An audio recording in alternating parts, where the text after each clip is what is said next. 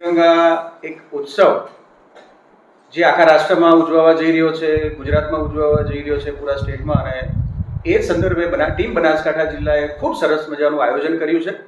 હર ઘર તિરંગા, એટલે દરેક ઘર ઉપર, ઘરની છત ઉપર તિરંગો લહેરાય એ માટેનું વ્યવસ્થા ટીમ બનાસકાંઠાએ કરી છે.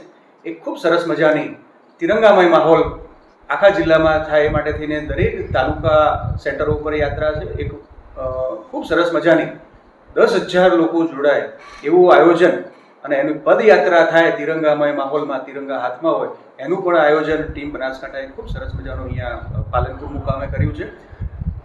ધ્વજવંદનનો કાર્યક્રમ જિલ્લાને ગૌરવ અપાવનાર યુવાન યુવતીઓના હસ્તે કરાવો એ પણ આયોજન ટીમ બનાસકાંઠાએ કર્યું છે.